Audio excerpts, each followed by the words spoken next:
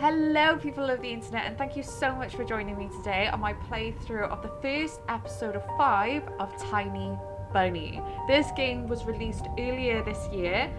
It's an indie visual novel horror game released by Psychono Razura Interactive and published by Mars People Games.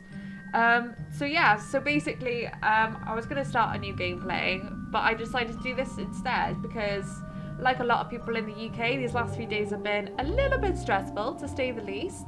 So I thought it'd be nice to settle down on, well, where I am. It's a grey, gloomy day, so I thought it would be the perfect time to play through this visual novel and have a good creep and a good scare. And so far, the art style is gorgeous, and I completely understand why they're selling the soundtrack for like £1.50 on Steam, because the soundtrack so far is stunning. So I'm really excited to play this game. So let's get into this game.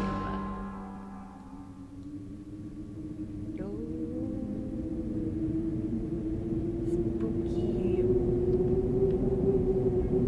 It's making me feel cold just like looking at this game.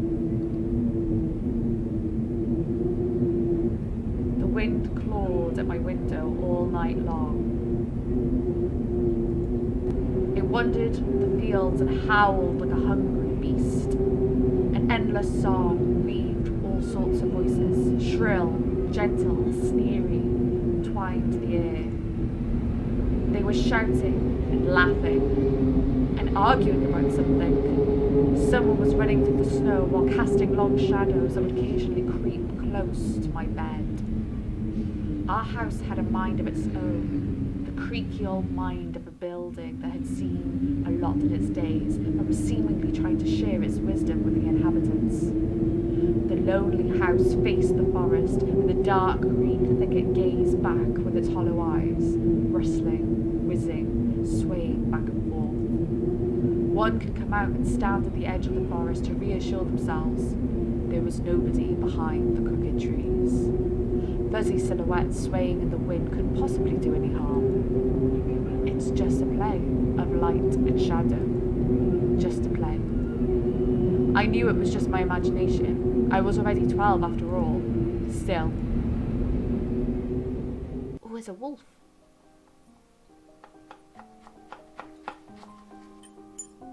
Oh, hello. Hey, put that book away. How many times have I told you not to read at the table? It's bad for your health. Look at how slouched you are. Hide the book. Sorry, ma'am. I didn't protest. I put the book about Conan and the Barbarian aside. I was stuck on a line I couldn't understand after reading it 3 times anyway. Olya had already finished her breakfast and was munching on some cookies. She was so enthusiastic, she almost looked like your typical girl from the commercials. You're not going anywhere until you've finished all of it. I, on the other hand, was still trying to drill a hole in the plate with my eyes as if it would make the porridge disappear. Hazy anxiousness welled up inside me, all because the previous sleepless night, the black forest around our house and the gloomy wind. The longer I waited, the colder the lumpy white substance became. It looked like a jellyfish from the Castio Odyssey. I love that show. I wonder how horrifying the bottom of the ocean is, or how cold the black forest is at night. The spoon fell out of my hand. Mum showered me with a cold glare from her green eyes. What did I just say? I'll get it. I had 10 seconds to catch my breath before battling the nasty porridge once again. I felt around for the spoon. What is this? Carved on the other side of the table. Kavina. Hey, that's my mum's name. I guess she carved it out with something pointy when she was little. She sure was a rascal, damaging the furniture like that. She would scold me for a week if I did something similar though. Should I remind her about it? No, she's been a bit of a bad mood lately. I imagined her being my age, sitting at this table. I wonder, was Mum afraid of the dark back then? Or the sounds coming from the attic? Or the thick forest? Oh, I'm scared. I imagine my grandma coming into my little mum's room, sitting at the edge of her bed while Olya sleeps nowadays, and saying this in her soft, smooth voice. Tagya is a special place, little girl. It's watching you closely, sniffing you out, trying to discern what kind of beast you are. If you're a good sort, it won't abandon you in times of trouble. But if you're a bad apple, it'll grab you by the side and drag you under the ground. And that would be it. Grandma was caring. She never fought with anybody, never yelled, never swore. Those were the times without maddening screams until the late night, without smashed dishes and mutual accusations. Our parents used to love each other back then. I remember listening in on one of their conversations by chance. They were talking about Grandma getting prepared for her funeral. She'd already bought the casket, and she called it a cute funeral box. It waited for its time in the closet, patiently. It was black, upholstered with meat-coloured material on the inside. I saw it when my grandma was getting buried. The house didn't change since that time she was alive, only all the photos were gone. Glass-covered pictures with grey faces of my ancestors. They all had a dead but watchful look in their eyes. I crawled out from under the table. Olya was done with her cookies and was looking at my share like a sly woodland critter. I turned my gaze toward the frosted window. There was a lot of dark pines outside, but they didn't grab my attention. The pattern of the frost formed in the picture of a glass did. Olya, it's a fox. Where? It looked almost like those optical illusion thingies they put on the back of students' notebooks. A mixture of lines at first glance, but if you blur your vision a little bit and look at a certain angle. Not outside, on the window. Look, here's the nose, and here's... Hey, eat up! Yes, just a moment. I don't see anything. Hurry up, there's not much left. Ah, there it is. But it still doesn't look like one. I'm telling you it does. Nuh-uh. It does. Stop it. These kids, I swear. Now I couldn't see the fox either. It disappeared, went away. Only the frosty pattern, similar to stretched out nettle leaves, kept creeping up in the glass. My dad entered the kitchen with long, measured steps. I want to have a beard like his when I grow up. Mum would always jokingly, "Come on, shave it off, it stings."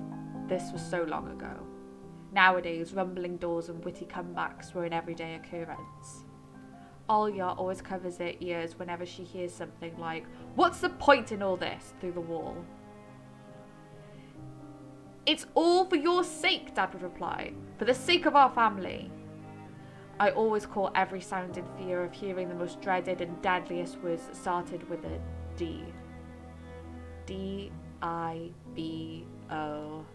I don't even want to finish it. It was scary to imagine that me and my little sister could be torn apart and taken to two different families. "Anyway, your fox is nothing. I have an owl on my window." "You and your owl talk again." "You said you believed me yesterday." "Has anyone seen my car keys? I remember leaving them on the windowsill." "Right. Maybe you did, and maybe not. You're a full-grown man, a father of two, and still..." "Karina, please, stop. Just let me get ready in peace. Your keys are in the basket near the phone." "Well, thank you very much." "Anton, stop making a martyr out of yourself and finish eating already." "And the owl?" "There was no owl." "But there was one. It had a giant glowing eyes." Olya sprung up from the chair and placed her hands on her little face, imitating a pair of eyes with her fingers the size of an apple each. "Last year you had Babai in your closet, and now this owl?" But I saw it." Olya shifted her gaze back and forth from Dad to Mum to me, but couldn't find any support. "Have you thought about befriending it?" You know, like feeding an imaginary mice? Don't bully our girl. She's just afraid to sleep alone because she's still little. Olya pouted her lips in rebellion and rushed into the hallway. The staircase that led to the second floor creaked. Mum gave Dad a strict look. Oh, that look in her eyes. It's so uncomfortable to be pinned under it. Dad just snorted and left, ringing with the keys he had just found. A minute passed and the theme song from A Little Mermaid echoed through the house. It was stored on an incredibly worn-out cassette tape, which Dad already had to glue together once. It's so easy to fix objects just by gluing them back together, for example. But how do you fix a relationship? Mum moved into the living room, and I was left alone, anxiously stealing glances at the window. Aww. Oh. Olya had trouble sleeping ever since we moved into this house. Oh, look at her little eyes. She would toss and turn and curl up into a ball under her blanket. Sometimes she would jump up in the middle of the night and turn on the VCR. Cartoons helped take her mind off of the troubles we had with the move and our parents. Whoa! Oh, that was nasty. And then Olya said that she could see a giant flying monster outside of her window. Oh no, Olya, no. She became obsessed with it. Our parents did everything in their power. They tried every little trick to get rid of these ridiculous fears. They're not ridiculous. Olya refused to sleep alone and didn't believe that the owl was just one of her nightmares. After tonight, I was unsure what to do with my sister, what to make of my sister's words, what to think of it myself. Can nightmares be infectious? Oh, little eyes. Just last night, I couldn't get a wink of sleep and ended up thinking of what to expect in my new school. Oh god, the creaking was really getting to me there when I was reading. There was a couple of days left before the beginning of a new term. My imagination drew long, twisted hallways that led to a classroom full of kids. But all the students behind their desks were simply dark figures cut out using a template. Circular holes gaped in the middle of their faces, and pairs of eyes blinked inside each of those holes. It was as if some completely different creature was looking out from me from under the flat black silhouettes.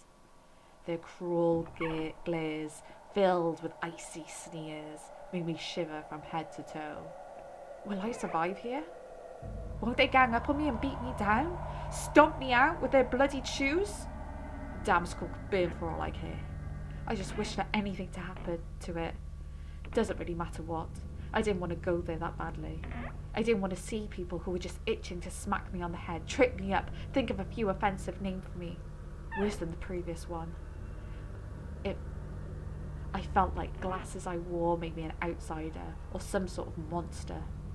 My gaze slid across the drawings hanging on the walls. I couldn't consider myself a great artist, but Olya begged me to hang them. Drawing was the only thing that made me happy as of late. The small circle of friends I had also enjoyed my paintings, and they promised to call me from time to time. Sometimes I imagine Mum picking up the phone and saying in a cold voice, "You've got the wrong number," or "Anton is not around." Anton is not around. I imagine my future classmates lying on their beds just like me, listening to the howls of invisible werewolves inside their windows. Maybe my new classmates will like me after all. But who would ever like a boy with thick glasses? I mean, my dad used to wear glasses when he was little, and now he's married to the most beautiful woman on the planet, my mum. The house creaked, pressed by the wind. The condo we used to live in, a 9-floor concrete building, buzzed with neighbours' drill, mumbled with TV sets from behind the wall, cried like a baby from the big family next door. Our current house, though I can't really call it new, was completely different. It was silent and easy going during the day. Its shadows lay dormant in the corners of the closet and cobwebs under the stairs. But they all woke up during the night. Something was watching me from every corner, almost as if old photos of my diseased family with their ashen eyes were hanging on the walls in the place of my drawings. The floor was squeaking. Rusty drains were moaning. The attic was occupied by noisy drafts. One could think the house was performing some sort of demonic melody. And then I realised I was in fact hearing music. It was already playing for a good while. Somewhere in the edge of my perception, I could hear a flute. It was a mix in with the sound of the wind and the creaking of the old house, and my thoughts too. I stood up and rushed to the window. I wanted to reassure myself that this music was nothing more than a product of my imagination. It's not like someone playing it there amidst the cold, snowy night, right? Ooh, let's open the curtains. What's outside?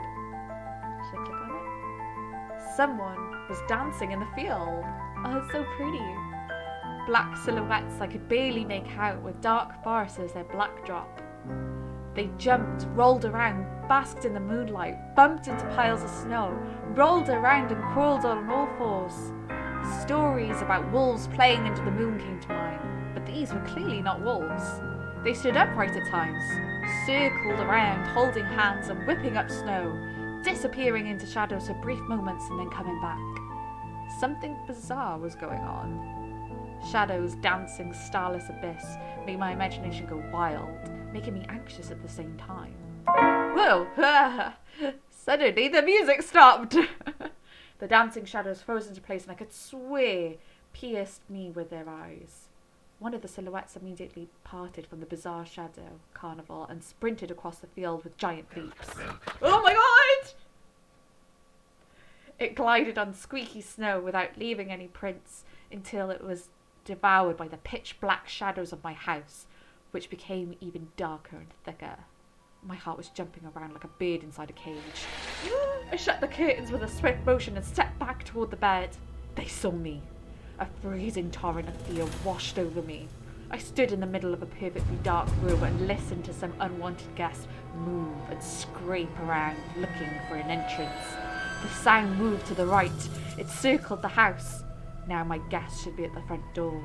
I jumped into bed and covered myself with a blanket as if it could protect me. The shackles of fear locked my muscles.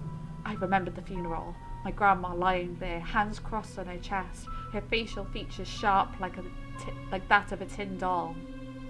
Ants running up and down the legs of the chairs that held my grandma's casket. I imagined those little creatures climbing up her head and pulling her eyelids with their tiny legs.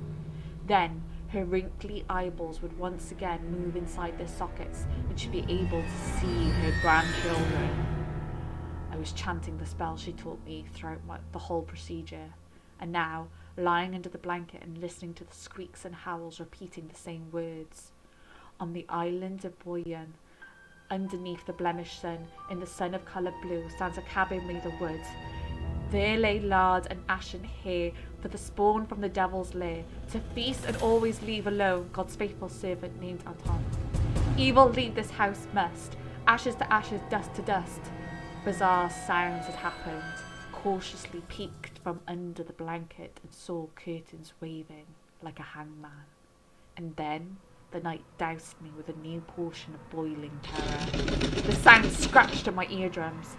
In reality, something or someone was scratching at the front door, hurriedly clawing at the wood, demanding to be let in. The door was shut. Dad had become very cautious recently, so he installed a sturdy lock. I remember him staring at the forest intently as if he was looking for someone. Ashes to ashes, dust to dust. I hugged my knees, placing my chin between them, and drilled the door with my eyes. It was so flimsy and weak before the might of the darkness. And then... oh, I don't want to know. The doorknob twitched slightly. Oh my god. Then it turned halfway, once, twice, as if the person was trying to enter with no hands. The doorknob tilted once more, and then it started violently clicking. My jaw cramped with fear. My wet fingers clutched the blanket. The door creaked open. The wind taunted me, moaning inside the tin drains. Now you'll see. The door was wide open. The darkness writhed inside the carnivorous mouth of the doorway. Tony, Tony. It was as if the night itself was calling out to me, flapping its black wings with squeaking rusty hinges. I was trembling, ensnared by the web of darkness that hung in the corners of my room, waiting for the one who weaved it to come out of the gaping black hole. Tony, Tony. My abdomen tightened, my chest rose up, ready to exhale. Exhale a desperate scream. But before I was able to do anything, the darkness asked for me. Tony, are you asleep? Oh, my sister's pale face protruded from the thick shadows and was screamed from relief. Olya, I'm not sleeping. Did something happen? Olya frowned and struck out her lower lip, a clear sign that she was about to cry. It was there again, staring at me. Shoo her away, Tony, please. I'm so scared. The fear that was tormenting me just a minute ago crawled away and hid somewhere in my stomach. I needed to calm Olya down. It was just a dream, silly. Don't be scared. Dreams don't bite, and no one's going to harm you. Olya sobbed. She was trying her best to believe me. But was I sure myself? I have an idea. Let's go to your room and watch the video Sleeping Beauty, for example. You like the cartoon, don't you? Why does Sleeping Beauty have a prince and I have the scary bird? That question took me by surprise. Alright, let's watch Cinderella. My thoughts became tangled and fuzzy. What was that? What studied me with its eyes while dancing feverishly under the moon? The darkness was clinging into the window and couldn't be fooled by my grandma's old chants. I couldn't be satisfied with the feast of the lards and the long ashen hair. Tony, you coming? Yes, just a moment. Oh my god!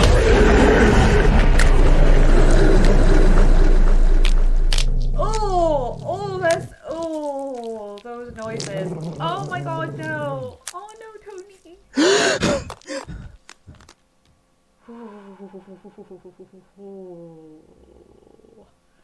That's why I didn't want to laugh at Olya and at Owl in the morning. Doorbell! Who could be visiting us here in the middle of nowhere? We don't know anyone around here. So persistent. I felt extremely unsettled from the silly thought that our morning's gas could have come from the woods. I could barely hear voices coming from the front door. My mind was urging me to hide. In the closet, under the table, behind the curtains, where Olya always hides. Tony, come here! I felt the kettlebells were tied to my feet, but I still dragged them towards the hallway. A couple of policemen towered over me in the doorway. They smelled like frost and worry. My mum always winced and grumbled the moment she saw patrol cars. Worse than bandits.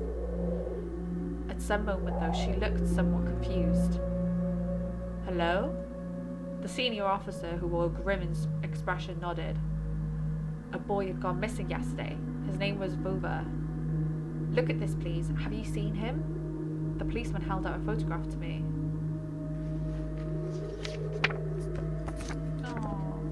There was a ginger boy around the age of an elementary school, pictured with a wall carpet as a backdrop. He had a striped cat in his hands that wore a wide smile. No, I haven't. Are you sure? Look closely. Where would I see him? I don't know anyone around here. I barely leave the house. Well, maybe you've seen him from the window? That's right. Your windows look straight at the forest, don't they? The window? No, I haven't seen anything. I see. He sounded tired, but his stare long and heavy and full of suspicion. I squirmed unwittingly into the weight of guilt which this giant shadow cast over me. The policeman finally tore his eyes from me and glanced over the hallway, the stairway and the cracks in the ceiling, which I hadn't noticed for some reason. How do you like your new place, by the way? Getting used to it? Bit by bit. It's just our little daughter misses the city a lot. Misses the city, huh? Have the locals been treating you well? Yes, everything is alright, thank you. The policeman pierced through me once more time. With his grey eyes, my head started spinning. Can I help you somehow? I asked in a shaky voice to look like a polite boy and to end this unpleasant conversation sooner. Now that I think about it, you look like one of my nephew's little fella. He's a witty boy around your age, wears the same type of goggles. Always engrossed in reading those mystery novels. Told me he wants to enroll in the police school when his family visited this summer. Wanted to help other people like me, you see. I felt uncomfortable, as if a distant relative and not just the police officer stood before me. You know what? Little boys like you should stay at home. Steer away from trouble. Times have changed so much. Mum interjected in a cold voice. You don't say. Ah, well. What grade are you in, Tony boy? 6th. Have you made any friends here so far? Not yet. I'll be going to school for the first time after the break. And then I'll leave you my number just in case. Call me if you have any new info. The policemen were gone along with their shadows. The smell of cheap cologne and the photo of the smiling boy. Woo! Jeez, God. His face still stood before my eyes. I wondered what it was like for him, being all alone there. For some reason, I thought the forest swaying in the wind. What did his poor parents feel? And what would my parents do if I'd gone missing? Would they cry and thrash around hysterically? Or would they accuse each other like they always do and forget about me eventually? Mum, this Rover, did he go missing in our forest? Seems like it, poor child.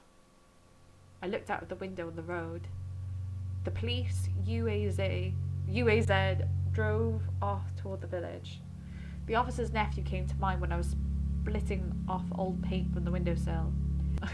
I remember all the teenage mystery novels from the Black Kitty series I'd been reading this summer. Your average boys and girls investigated all sorts of mysteries there. They looked for clues, spied on suspicious people, and after a set of amazing adventures, bam! They solved the complicated case. They became local celebrities and must have made their parents very proud. I noticed this trail of policemen's footprints that led out to the forest, and then I clicked in my head. Why don't I start an investigation on my own? Maybe I'll find the lost boy, and I'll get a reward. Olya will be so happy. And not only Olya, Mum and Dad too. Maybe they'll even forget about their quarrels for a while. Maybe I'll save us from the D word. I fantasized about buying Olya a Tamagotchi and getting a cassette player and a bunch of tapes for myself. And a whole box of Kinder Surprise. That's a good use of money. When was the last time our parents bought us toys? Last autumn, I think. My dad lost his job at the time, and there was that annoying song about it. I had little idea about the accountant's job like, of what was it the accountant's job like. They count money, I think. Neighbours used to envy us. But nowadays, Mum and Dad barely had enough money to afford sweets, and Dad would always divide a single chocolate bar between me and Olya. Sometimes I gave her my share too. Aw, you sweetie. No matter how much I wanted to eat the sweets, she was still just a little pipsqueak. I couldn't wait to go out looking for clues. I'm going outside! Oh, yeah, right. You want the police to go around with your photograph next? The forest is so thick. What if the boy got snatched up by wild animals, or something even worse? Even worse? Echoed through the hallway. I won't go far. I'll stay away from the forest. Did you hear what I said? Or should I repeat myself? Better go pack your school bag or play with Olya. Ooh, the sound of splashing water came from the kitchen. It meant that the argument was over and Mum had had the last word. Oh! Oh! What's in here? Dark, stuffy closet. Oh yeah, just to let you know as well, like, decisions that you make in this game, like, apparently dictate the rest of the game, so interesting. Mum says it smells like mice, but how would she know this smell? She hates it when I stick my nose in there. She's afraid I'll cut myself on the freshly sharpened axe. And Olya can't even be lured close to it. She thinks Babai is living there. Is Babai like, is it, oh, what's the Russian witch? Oh, what's the name? Baba Yaga. Is Babai like Baba Yaga? I tried to help her fight her fears once. I opened the door and turned on the dim lamp so she would see there was nothing but cobwebs, Dad's tall and scratched up walls. She still didn't believe me. And I like to hide in the closet and listen to Olya count outside. 1, 1, 2, 3, better hide from me. And then drag her feet on the creaky floorboards, hoping that she wouldn't need to look for me at the cramped monster's den. Aww. Well, if we want to go outside, I'm just going to see if there's any supplies. Can we open the fridge? Because every adventurer needs supplies. Oh, it's just nothing. Grandma kept ice cream for me and Olya there, but now I could see only meat bits for soup and clumped together pelmeni. I grew to hate them already. Turn back down. Let's turn back. We'll go outside. Screw you, Mom! Anton! I'll whip you. Oh, God. I'll whip you if you make a single step out that door. Okay, fine. Where else can we go? Back to the kitchen. Is there anything we can do here? We talk to Mum. It was difficult to lie to Mum, but there was no other way for me to run away from home. Mum, something's wrong with the TV. And the picture is dim, and there's stripes all over the screen. Mum's face became visibly distorted. You're killing me here. So you had enough of shooting those stupid ducks now? I told you Kinescope will go dim because of your console. Where will we find a TV technician in this hole, huh? Maybe it's just the settings. Please go see for yourself. Strange, it worked fine for you this morning. Maybe the snowfall caused it? Mum rubbed her hands clean on her apron and went to Olya's room. Ooh, what does this mean? Ooh, something to look at. Ooh. Senior Lieutenant Tikhonov Konstantin Vladimirovich. Telephone 20337. Ooh, interesting. Anything else we can find? Ooh, look at the radio. Ermakon of Russia has declared... Oh, it is set in Russia. Has declared a state of an... So it is probably... Babush? No. I keep wanting to say babushka, but that's the, like, Addams Family dance. Baba Yaga, which is like our Russian witch that steals children, has declared the state of emergency due to the adverse weather conditions. According to the weather forecast, a cyclone is moving towards the region. Expect heavy snowfall, blizzards, and snowdrifts on the road. Keep your eyes open and take care of yourself. Oh, what's this then? The decrepit and stain-covered calendar was once my favourite form of entertainment in Grandma's house. Oh, I remember waking up and running into the kitchen so I could tear off yesterday's leaf first thing in the morning, as if the coming day would get lost in the taiga forest without my help. One day closer to New Year's, one day closer to my grandma's funeral. Oh, I haven't touched the calendar for years now. Since the time they started writing dark, spooky death chants, the one that made me gloomy instead of funny proverbs and superstitions to be exact. I grabbed the dusty calendar leaf with caution and tore it off effortlessly. Sadly, the spooky descriptions of my childhood were still there. 7 horses carry a log. If 7 can't carry, bring the 8th from the ferry. They will take it away and never come back. This is the fate a log cannot escape. I crumpled the grey leaf and threw it into the waste bin, hoping to get rid of the anxiousness that washed over me. It was spreading inside me like an ink stain on blotted paper. Oh, I love the descriptions in this game. It's gorgeous. Can we look at the word search?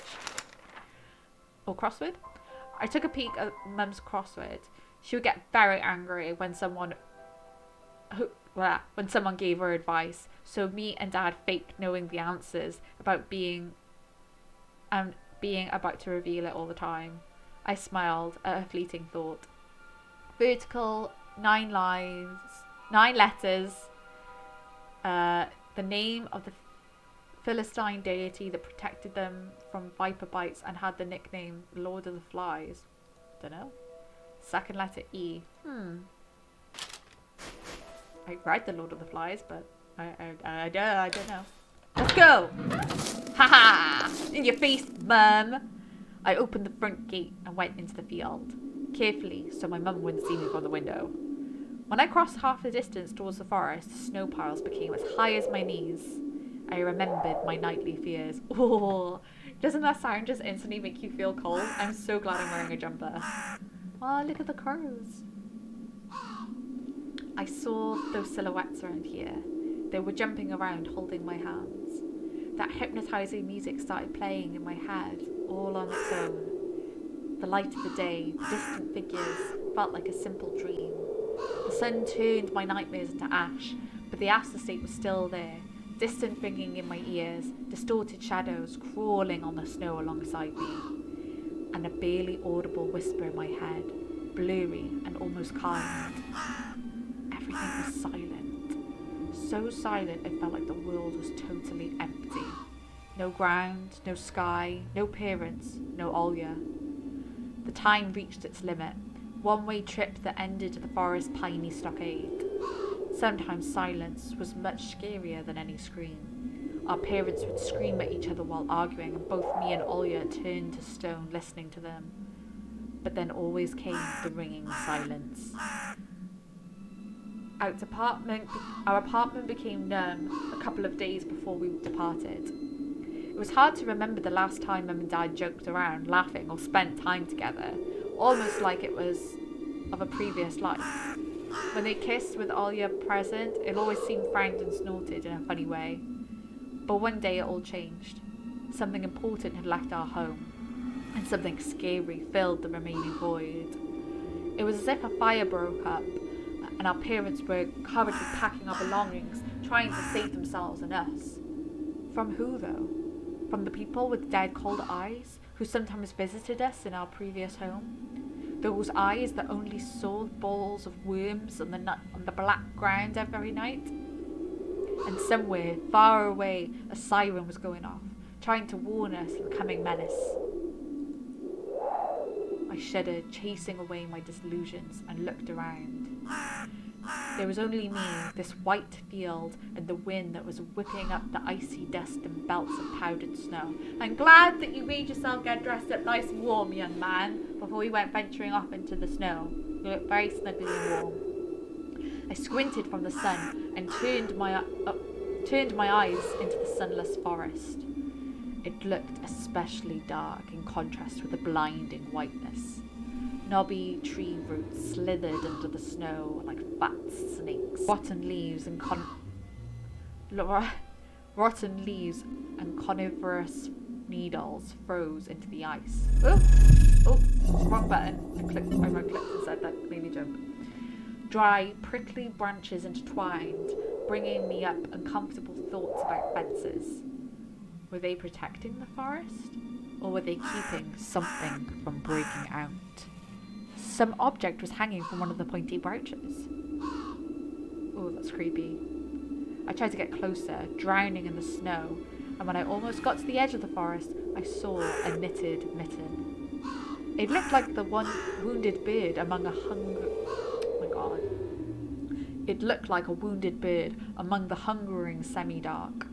Should I take it to the police? The senior officer looked gloomy, but he still reminded me of Captain Casanova, my favourite TV show called The Streets of Broken Lights. He was also always anxious, with a tired look in his eyes, but still brave and strong. Will this mitten help them to find the lost boy? Vuva. I heard a distant shout. It looked like it came from the river. Vuva. As if the trees were calling out for someone. Vuva resounded closer to me. Someone was standing there behind the trees, hiding. Vuva. I knew someone was looking for the lost boy, but still, something was unsettling about that figure. Its stillness, how it was bent unnaturally in the ground. I can't see it, I can just see trees. Oh no! It's blackness. There was no one there, just branches and roots.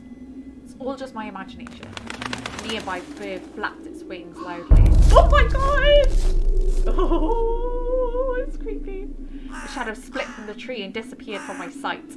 It looked away for just a moment, but then when I turned my gaze back at the same place, it was gone. So it was my imagination after all? Silence reigned for a painfully long time.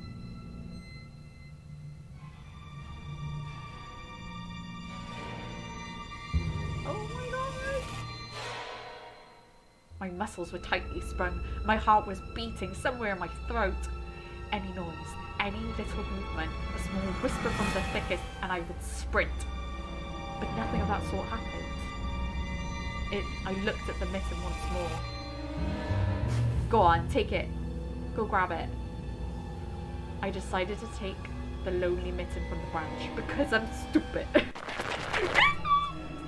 I changed my mind! I don't want to do it! Move on! I changed my mind. Let's run away. A shout rumbled in the field and dissolved into the distance. No echo, no hope for a reply. I'm so sorry, Anton. Can we run away now?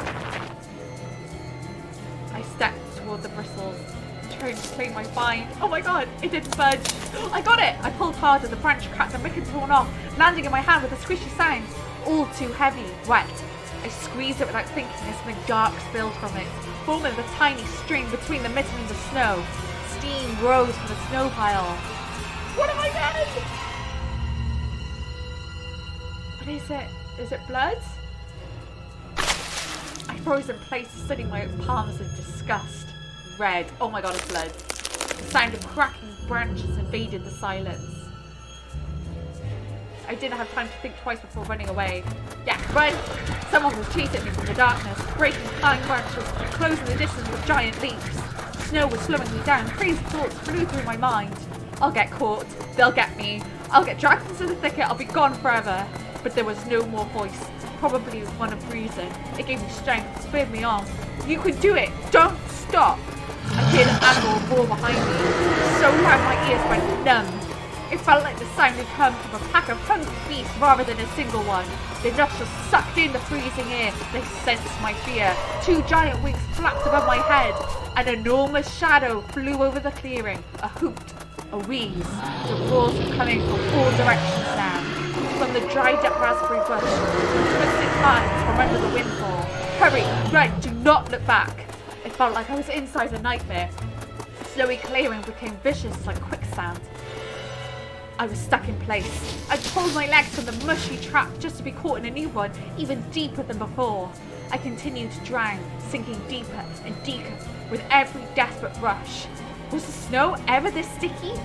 I screamed in horror after realizing this was not snow. Someone or something in the snow pile was clutching at my pants. I gathered all my strength and rushed forward. My pressure on my leg was gone. The boot slipped out from the hole and my soles were hard on the surface again. I reached the clear path with one jump, and from there I ran to my house. Its gloomy facade didn't look threatening now. That house was my line of defense from the shadows that flapped their wings and the creatures that were hidden under the snow. I tripped over the doorstep and smashed into the door. In all my hurry, I still managed to notice the claw marks, as if a dog was striking the wood with its paws, demanding to be let in so it could escape the cold. I hadn't noticed these marks when I was leaving. The heartbeat in my ears was much louder than my surroundings. I couldn't hear whether someone was following me or not. What if they were already in front of the yard and my mum had been locked the door? Drowning in fear, I pulled the doorknob and immediately gave way. Holy hell!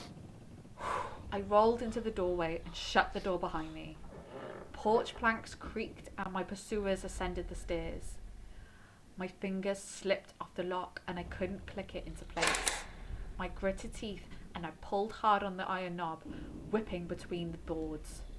I stared blankly at the door. Someone was standing on the other side with a pitiful, flimsy barrier that probably less useful than blankets. Wheezing breath reached into the house and crashed at me in waves. It smelt of pine and sweat. Mum peeked out of the kitchen and chastised me with some frigid voice that she always used when talking to Dad. What exactly didn't you understand? I told you to never slam the door. I didn't mean to. I struck a glance at the door. The smell was gone. The breath was too. If there was someone in the first place, of course. Here, mere 5 meters away from my mum, my fear was slowly weakening, melting like snow in spring, and with the last bit of strength, I had left my body too. My legs gave way. I propped myself up against the wall so I wouldn't fall over. Mum's expressions changed immediately. The cold mask of strictness and detachment was gone. Mum looked the same as before all those quarrels. She finally saw my condition, my wet pants, my plastered with snow. Where have you been? What did I tell you, huh? I told you to stay home. Am I nothing to you? I was afraid she would cry. I reached out to her like I was when I was very young, and wanted her to cuddle me. My mum regained her composure fast and put on her usual face. Her eyes shined like steel. Her voice rang out. Your dad can't find his cigarettes. Be honest, did you snatch them? Were you smoking in secret? There was someone chasing me. I thought... I stuttered as soon as I started explaining myself. Tears welled up in my eyes. Mum leaned towards me and sniffed my clothes like a beast searching for the smell of tobacco. Then she squinted her eyes in suspicion and looked at the front yard. Her expression changed in an instant. She covered her mouth with her hand. Look, there, at the fence. My heart started thumping as if I became prey once again. My pursuers were following me to the field. I could swear that I heard something scratch against the door, just like in my nightmare.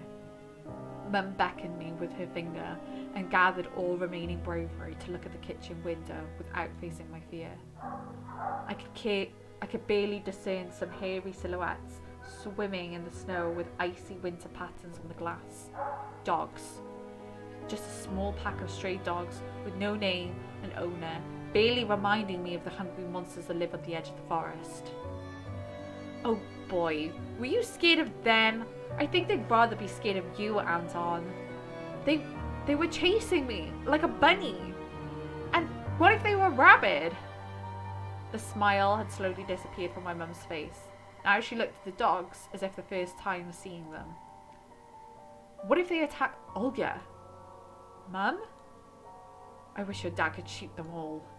Mum, look, they're alive. Huh? What?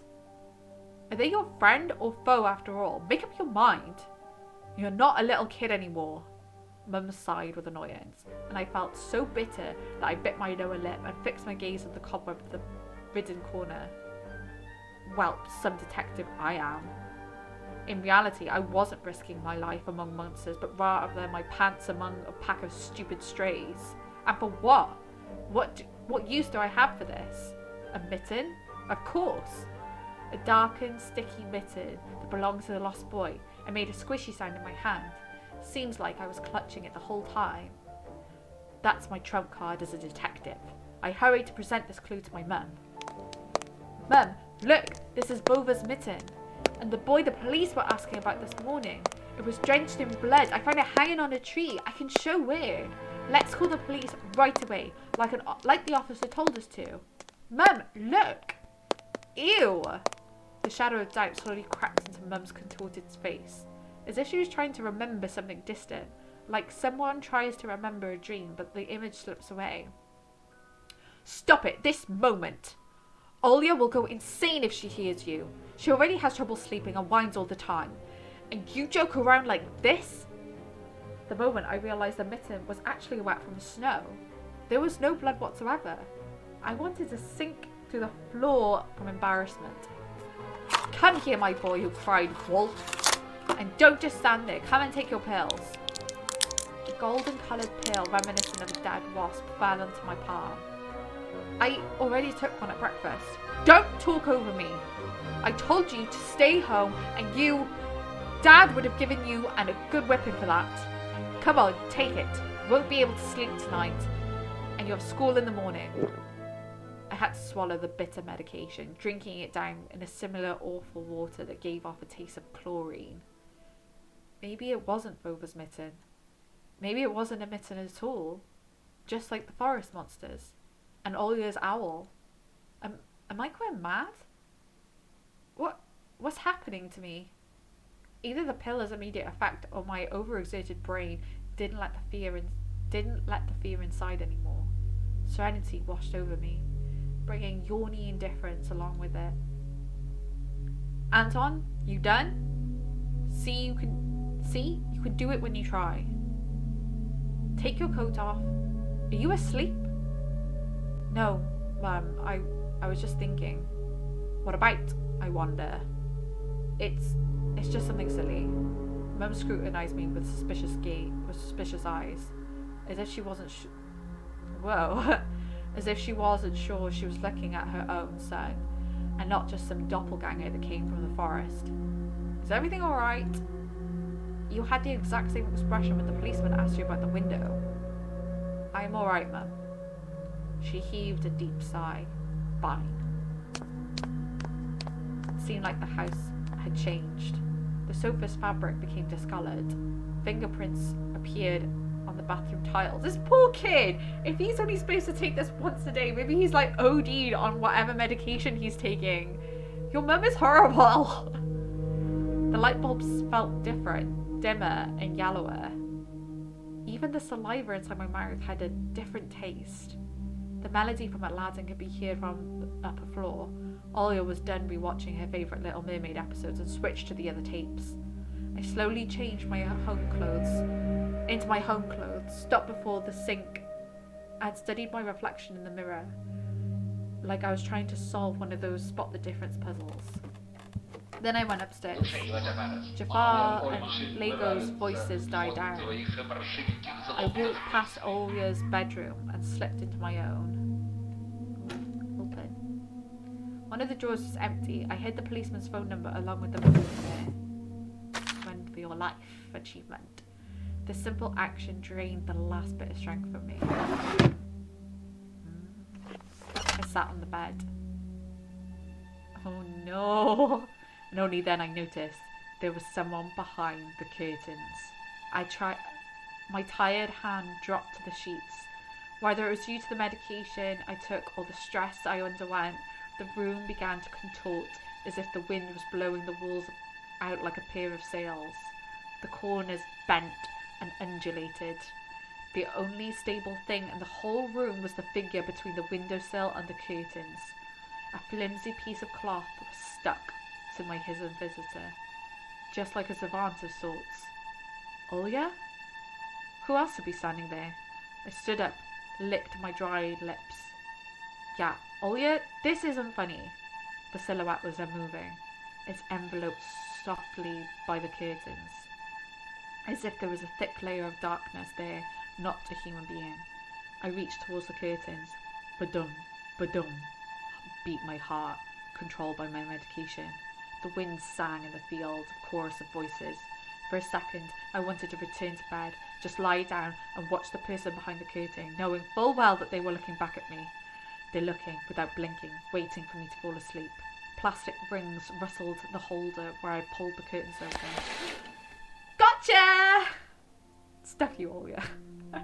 I knew it was you from the beginning. A blinding bright halo lit above Olya's head with the setting sun as the background. My sister was shining. When she was just a baby, Dad always used to say she was shining with happiness. I always retorted, but Dad, she's not some flashlight. Sassy child. But I brought her to the window one day and the sunlight poured on her smiling face. I felt like I was holding a child woven from a light. I saw everything. Oh really? What did you hide? She was just like my mum when she was little, before she put on her sad mask of tiredness and switched to a commanding tone of voice. It's nothing, just... Olya ran up to the table, her eyes round, and asked, You stole something and hid it there! Are you a thief? What? Don't be stupid. I didn't steal anything. A clear image came to mind, that mitten hanging from the tree branch. What if I did steal it after all? From the forest, from the tilted figure, standing from the black trees? Olya could be selfish and stubborn when she wanted. Then show me! Swear that you won't tell anyone, then I'll show you. Olya wore a plotting smile. I swear on Mum's heart. An oath she heard from one of the movies about the pioneers we watched. Don't say things like that. Olya nodded and made a gesture with her hand, locking her mouth with an imaginary key. She was filled with curiosity that was splashing in her giant eyes. I opened the drawer and Olya leaned in, holding her breath. It looked like there was not just a simple mitten, but a sort of exotic critter. Is this someone's mitten? She said as if she couldn't understand what she saw. A certain boy lost it and got himself lost. Now you do understand how dangerous it is for kids to wander into the forest, right? He must be really cold out there. Will they find him? They will. The police are going house to house, showing his photo to everybody. Oya traversed the room with care and pressed her tiny palms against the window. And why do they go into the houses and not the forest? Are they scared? The question caught me off guard. The police aren't scared of anything. Yeah, right, a flash clouded my mind. Did they really check every nook and cranny where darkness, cold, and whispers of the icy branches dwell? If that's the case, how did they miss the mitten? Or did it appear later, for me? I changed the topic, as if trying to get Olya as far away as possible from the forest thicket. We might get a reward if I go and find this boy by myself. A lot of stuff like in Field of Wonders. Sounds cool, right? Olya wasn't listening to me. She was piercing the forest with incredible adult eyes, uncharacteristic for her. What if the owl got him? Nonsense. An owl will be able to lift a human. But you know what? I was picking my words with the utmost care. I forced them out of my overexerted brain. Stay away from the forest. I think it's, how should I put it? It's cursed or something. Just like in a fairy tale? No, not like that. More like in a spooky tape Mum and Dad are hiding from us. Olya shivered and stole a glance at the window. I saw you running away. Someone was chasing you. No, it's just I was in a hurry back home, so Mum wouldn't be worried. As I looked at my sister, my heart was tearing apart. She was so fragile. It was so easy to stifle her light. A gust of wind and her small fire would be gone. You're lucky. Mum won't even let me go outside. I'm like a princess in the tower. I can't go anywhere. I'll die from boredom here. You're wrong. No one has ever died from boredom. And you and me and your cartoons and Mum will be good to each other soon. You know what I wish for my next birthday? I'd wished for Mum and Dad to turn into children so we could go and play together like we used to. Yeah, and you make them as small as bugs and we can place them into a little box. Olya giggled and tugged at my sleeve. Tony, let's go watch Aladdin. Fatigue won over my desire to be with my little sister. I was washed over by some sort of heinous apathy. I'm too tired. I don't want to. Come on! It's so boring alone, and Mum's always busy. Can we pick a cartoon you haven't seen before? I know all of our tapes by heart at this point. Not all of them. You haven't watched Peter Pan. Remember how you fell asleep in the middle of it? And also, so much happens after that. Let's go! Let's go! Maybe a bit later. Should I tell you how it ends? Let's leave that for tomorrow. I won't tell you tomorrow. I know, let's play a game of hide and seek. No, Olya. Then draw me a dino. Olya, please. Draw it! Draw it! Will you leave me alone already? I blurted out without thinking and then immediately taken back. I'd never screamed at my little sister like that. Olya stared at me in shock. Her lips started trembling, the precursor to tears. My chest was seething with disgust and embarrassment. What's happening to me? I hurried to prevent Olya from crying. Alright, you win. Let's go watch cartoons for a bit. I don't wanna. I came up to her and put my hand on her soft head. Let's go. Let's go watch Peter Pan. Boo, you'll fall asleep again. I smiled and lifted her chin. Her eyes were wet and felt bottomless. I won't, I promise. And I'll draw you a full Triceratops later. Hooray! Triceratops. Well, close enough. Olya rubbed her eyes with her sleeve and her pyjamas and was shining a smile returned to her face. I'll go ask Mum for condensed milk and bread, and you go rewind the tape. The bread is fresh. Just oh, was that Olya then? Oh shit, what did I do? Oh god, that was scary. Yeah, that was Olya. Okay, thank you, fine. The bread is fresh. The bread is fresh, just how you like it. Alright, just be careful not to spill the milk, or you'll get yelled at again. I wanna bet I won't spill it. The tape is somewhere in the nightstand. Look for it. Olya disappeared into the doorway, and I dragged my feet into the neighbouring room. Turn on the TV. The old photon TV was gathering dust in the corner.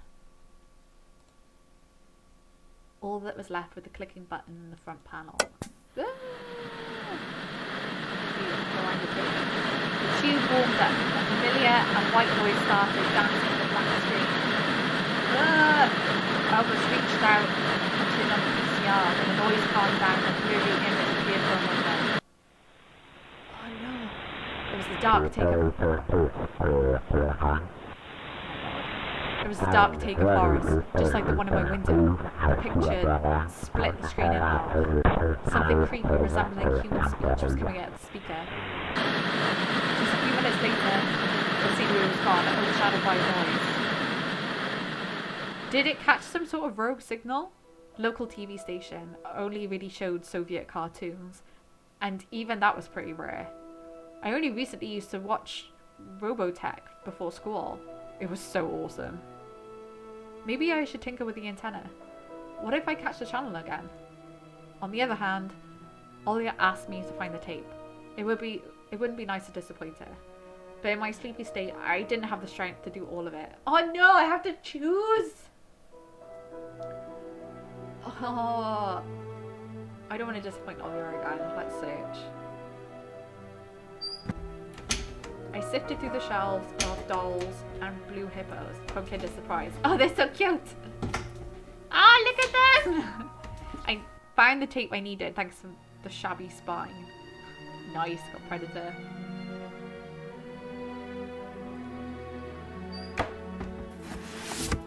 I got the black rectangle from its box. Neverland! Tape inside it rustled while rewinding to the beginning. This rustle was lulling me to sleep. Drowsiness attacked me while I squatted before the TV. Images whirled in my head, me and Olya flying above the forest, tumbling in the soft clouds. My little sister is laughing, but her smile becomes more and more forced with every passing second. I noticed the clouds underneath us part, bearing the bristly pine tops. Swampy darkness slurped among the trees. The wings were no longer able to hold us and Olya. You haven't started without me, have you? My sister brought a tray of unevenly cut bread and a whole can of condensed milk. I rubbed my eyes. No, come and sit. Mum and Dad are arguing again. They're going through rough times. Rough times are lame. On the screen, Wendy was hiding Peter Pan's shadow into the dresser. Olya was entertained by the cartoonish dog Nana. Maybe Mum and Dad will buy us a dog too. Yeah, right. I'll have my own dog in the Neverland, and a cat, and a parrot. Olya smeared the slice of bread with a thick layer of condensed milk and handed it to me. Have you lost all your baby teeth? Obviously. Olya frowned, deep in thought. Peter Pan has baby teeth. What if they won't let you go into his land with adult teeth? That's a good point, actually. We'll think of something. We'll ask Dad to alter your age on the passport. And why would Dad forge documents? Olya took a bite from their sandwich and started talking with her mouth full. He would, Mom. And think before. You'll grow ears as big as Dumbo's. Olya got worried and touched her ear and smiled to myself. My sister was silent now. She just devoured the bread, watching the adventures of Peter Pan, Tinkerbell, and James Hook, as if she got sucked into the fairy tale by Neverland. To be honest, I also imagined myself there, in a land where no one ever ages, no one ever argues over little things, where no one listens to fights and the sound of broken plates at night. It felt like I was dreaming with my eyes still open. Then my sister's scream pulled me back into reality. Tony, shut the curtains fast! Why? No one's watching you. Oh, no one's watching you. It's dark, and when it's dark, the owl comes. I'm scared. I got out of bed, fighting my drowsiness, and closed the curtains. Close them. I did my best not to look outside, towards the treetops, towards the tiger forest, which seemingly drew closer and closer. Of course, it was just a visual effect from the shadows, of the branches scraping the snow. Tony, Mum thinks I made up the owl. And Dad too. It thinks I'm a liar since I'm small. But the owl exists. Honestly it does. You believe me, right? That it comes every night and... I swiftly grabbed Olya's hand and looked her in the eyes. I was trying to transfer at least some of my courage and determination. But did I really have any of those qualities? Yes, I believe you, alright? Just don't nag our parents about it anymore. They're already dealing with a lot, so they'll just get mad at you. Come and tell me if anything happens. And don't look out the window. But the owl wants me to look. Doesn't matter. Act like it doesn't exist and it never existed. Like it's made up, just like Mum and Dad say. It'll get tired of waiting and fly away. Oh, he's a good big brother. Oh, he's so nice to Olya. It was madness, but after everything that's happened recently, I was more and more inclined to believe Olya's owl existed.